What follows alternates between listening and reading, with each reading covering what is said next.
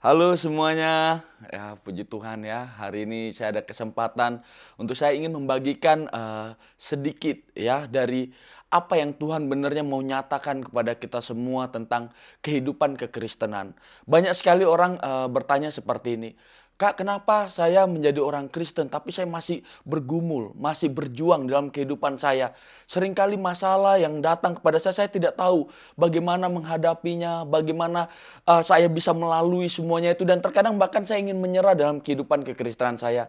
Tapi hari ini saya ingin memberitahukan kepada kita semua saat ini juga dengan kesempatan ini saya ingin kasih tahu bahwa kerajaan Allah adalah bukan soal makan dan minum, bukan soal apa yang terjadi dalam kehidupan kita, tetapi tentang kebenaran, damai sejahtera dan sukacita oleh Roh Kudus. Dikatakan di dalam Roma ya pasalnya yang ke-14 ayat 17. Di sini dikatakan dengan sangat jelas kepada kita semua bagaimana bahwa kerajaan Allah itu semua tentang kebenaran, ya tentang damai sejahtera, tentang sukacita oleh Roh Kudus. Kenapa saya berani katakan gini?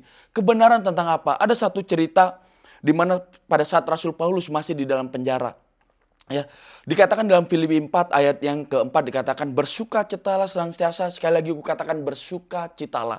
Ya, kondisi Rasul Paulus pada saat dia mengajak kita semua untuk bersukacita, dia sedang ada di dalam penjara, di dalam kondisi yang tidak menyenangkan, di dalam kondisi yang sangat sulit dalam kehidupannya. Tapi apa kunci yang membuat Rasul Paulus dia bisa bersukacita? Satu hal yang menarik, waktu saya melihat ayat-ayat selanjutnya di dalam Filipi pasal 4, saya menemukan satu kebenaran bahwa dikatakan di dalam Filipi pasal yang keempat, dikatakan di dalam ayat yang ke-6 sampai ke-7, dikatakan seperti ini. Janganlah hendaknya kamu khawatir tentang apapun juga, tetapi nyatakanlah dalam segala hal keinginanmu kepada Allah dalam doa dan permohonan dengan ucapan syukur. Damai sejahtera Allah yang melampaui segala akal akan memelihara hati dan pikiranmu dalam Kristus Yesus. Wow. Waktu saya baca ayat ini saya menemukan kunci yang dimiliki oleh Rasul Paulus. Di dalam kondisinya yang sulit, di dalam dia menghadapi setiap tekanan dalam kehidupannya, ada satu kunci yang dia miliki, yaitu damai sejahtera Allah. Kenapa dia bisa berkata bersukacitalah senantiasa? Sekali lagi ku katakan bersukacitalah. Ternyata kita semua harus menyadari akan hal ini, bahwa ada damai sejahtera Allah yang ada di dalam kehidupan kita. Sama seperti yang saya katakan tadi, bahwa kerajaan Allah tentanglah kebenaran, damai sejahtera, dan sukacita oleh Roh Kudus. Mungkin saudara bertanya kepada saya, Kak, lalu damai sejahtera yang seperti apa? Damai sejahtera seperti apa yang Rasul Paulus miliki, yang kami ingin miliki, sehingga situasi yang sulit, ya setiap tekanan hidup yang kami lalui, kami bisa menghadapinya, kami bisa tetap bersukacita. Saya ingin katakan kepada kita semua, saat ini damai sejahtera itu, yaitu adalah pribadi Yesus sendiri. Dari mana saya tahu? Saya ingin mengisahkan satu bagian lain lagi dalam Alkitab. Ada satu cerita di mana Yesus ya bersama murid-muridnya ya mereka ingin menyeberang ke seberang ya. Pada saat mereka menyeberang, ada badai yang menerpa kapal mereka, menghantam mereka. Lalu apa yang terjadi? Waktu badai menerjang kapal-kapal mereka, yang terjadi adalah Yesus sedang tidur di buritan. Bagaimana di badai yang begitu mengerikan Yesus bisa tidur? Karena Yesus itulah damai sejahtera. Dan setiap kita harus menyadari bahwa ada Yesus, ada damai sejahtera di dalam setiap kehidupan kita untuk kita melalui kehidupan ini. Sehingga saya ingin satu cerita ya. Saya ingin bagikan satu hal yang sangat menarik buat kita semua sebagai orang percaya. Di dalam Matius pasal 14. Pada waktu itu setelah Yesus memberi makan 5.000 orang. Yang walaupun kita tahu ya bisa saja Yesus kasih 5.000 orang. Karena itu hanya laki-laki saja. Perempuan dan anak-anak tidak terhitung. Tetapi begitu banyaknya yang diberi makan. Bahkan yang mau diajarkan dari cerita itu. Bagaimana kita murid-muridnya pada waktu itu harus percaya dan bergantung kepadanya. Begitu juga dengan kehidupan kita. Sebagai orang percaya, sebagai orang Kristen. Ya, kita harus selalu percaya dan bergantung kepadanya. Sehingga apa? Sehingga situasi apapun yang kita hadapi, kita menyadari ada pribadi Yesus yang ada di dalam kehidupan kita dan hidup kita ada di dalam Dia. Dari mana? Kalau kita lihat cerita selanjutnya. Di dalam Matius pasal 14 ayat 22 sampai 33. Di situ cerita yang sangat menarik dan saya ingin fokus di dalam cerita ini. Ini adalah sebuah cerita di mana setelah dia memberi makan 5.000 orang, dia memerintahkan murid-muridnya untuk pergi duluan dan dia naik ke atas bukit dan berdoa seorang diri. Ini menggambarkan satu hal yang menarik bahwa sadarilah kita harus selalu sebagai orang percaya. Kita nggak pernah sendirian. Karena kita dan Yesus, kita ada di dalam Yesus dan Yesus ada di dalam kita. Sadari bahwa kita sekarang ada duduk bersama dengan Dia di sebelah kanan Allah Bapa. Karena seperti Dia di sorga, seharusnya kita melihat diri kita. Begitu juga di sorga bersama dengan Tuhan Yesus. Sehingga apa yang terjadi? Sehingga kita sadar bahwa kita akan selalu membangun koneksi. Kita akan selalu menyadar bahwa kita nggak pernah sendirian. Sehingga setiap saat kita selalu datang sama Dia. Bukan sebagai target untuk menjadi jawaban sebagai setiap kebutuhan kita atau masalah kita. Bahkan pada saat kita datang sama Dia tanpa memberitahukan masalah atau beban yang kita miliki, Dia menjadi jawaban untuk segalanya bagi kita. Sehingga apa yang terjadi? Ya, waktu murid-muridnya menyeberang ke seberang, mereka sedang dalam perjalanan, ya Yesus masih berdoa, murid-muridnya duluan, ada badai yang menerpa murid-muridnya.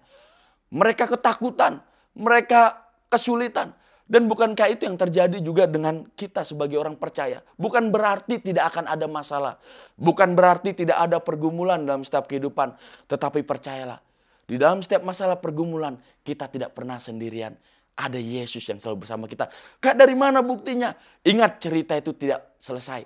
Apa yang terjadi? Waktu mereka diterpa badai, kira-kira dikatakan jam 3, Yesus datang menghampiri mereka. Walaupun kita tahu dalam cerita itu, Yesus datang menghampiri mereka, mereka semua ketakutan. Bahkan berpikir bahwa Yesus itu hantu.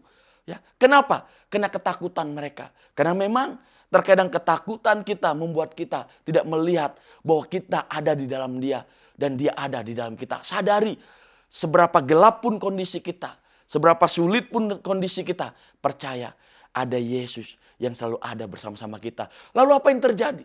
Ya, pada saat mereka ketakutan, mereka berpikir Yesus hantu. Yesus berkata, "Ini aku, jangan takut." Mungkin saudara mendengar orang lain berkata jangan takut. Dan saudara tetap takut. Orang tua saudara, bos saudara, ya bilang jangan takut. Mungkin saudara masih takut.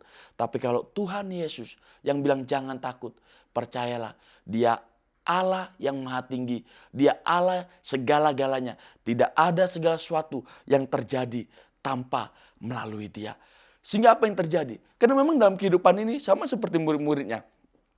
Ya, kita mungkin berkata, kok orang Kristen menghadapi masalah. Ingat, yang memerintahkan murid-muridnya untuk ke seberang, itu Tuhan Yesus. Ya, terkadang Tuhan izinkan kita harus lalui itu. Untuk apa? Untuk kita selalu melihat Dia, fokus kepada Dia, bergantung kepada Dia. Sehingga kita akan merasakan bagaimana pada saat Dia datang, mengingatkan kita bahwa aku tidak pernah meninggalkan engkau dan membiarkan engkau. Dan apa yang terjadi?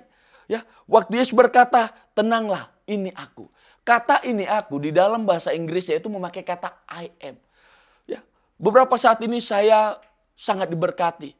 Saya sendiri belajar dan bahkan mendengar seorang hamba Tuhan yang saya sendiri secara pribadi berkati mengajarkan tentang hanya pribadi Yesus, pribadi Yesus. Fokus kepada Yesus. Dan itu membuat saya belajar bahwa benar sekali bahwa kata I am itu mengingatkan tentang pribadinya yang nyata. Ingat kisah pada saat Musa diperintahkan oleh Tuhan untuk mengeluarkan bangsa Israel dari tanah Mesir. Ya, Musa bilang begini kepada Tuhan. Tuhan, kalau misalnya mereka bertanya kepadaku, siapa yang mengutus engkau? Yang walaupun kita tahu tidak ada yang tanya kepada Musa seperti itu. Tetapi tetap Tuhan menjawab Musa. Untuk apa? Untuk menyatakan siapa dia, siapa pribadinya untuk umatnya. Dia berkata, I am that I am. Yang artinya dialah segala-galanya, satu-satunya sumber dari segalanya dalam kehidupan kita. Kenapa? Ya mungkin ini seperti kedengaran lucu. I am, ya, I am that I am. Seperti dalam bahasa Indonesia kita tahu aku adalah aku. Contoh saya pertama kali mengenal saudara. Saya berkenalan kepada saudara dan berkata, oh kakak, bapak, siapa namanya? Oh nama saya adalah saya. Wah ini bagaimana saya adalah saya. Tetapi yang mau Tuhan nyatakan, saya adalah titik-titik. I am that titik-titik. Sampai di 1500 tahun kemudian. Ada satu pribadi yang menjawabnya. Yaitu Yesus Kristus. Dia bilang apa? Akulah jalan, kebenaran, dan hidup. Akulah pokok anggur, akulah air hidup, roti hidup. Apa yang mau Yesus katakan kepada kita semua? Kepada orang-orang yang fokus dan percaya kepadanya. Yang dia mau katakan bahwa aku adalah segalanya, kapanpun, dimanapun, dan apapun. Aku menjadi itu bagimu. Jadi Bapak Mama, bagi kita semua yang mendengarkan saat ini, percayalah, saudara tidak pernah sendirian. Ada Yesus yang akan selalu ada bersama saudara. Karena sadari saudara ada dalam dia dan dia ada dalam diri saudara. Dan saat ini sama seperti dia duduk di sebelah kanan Allah Bapa, begitu juga kita. Dan apa yang terjadi dengan murid-muridnya? Oke, Petrus bilang begini, kalau memang itu engkau, suruh aku berjalan kepadamu. Lalu apa yang Yesus katakan? Datanglah. Lalu apa yang terjadi? Petrus datang dan berjalan di atas air.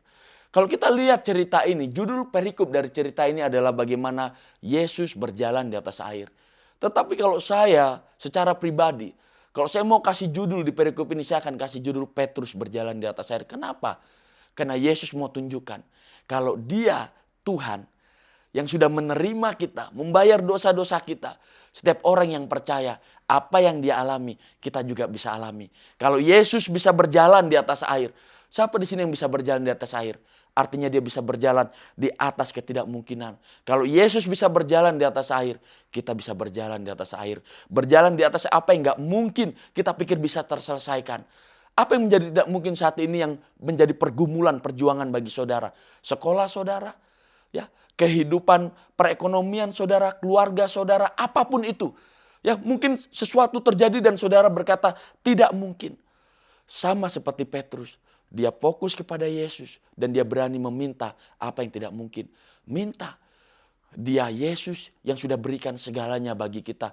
Apa yang terjadi sama Petrus? Dia bisa berjalan di atas ketidakmungkinan.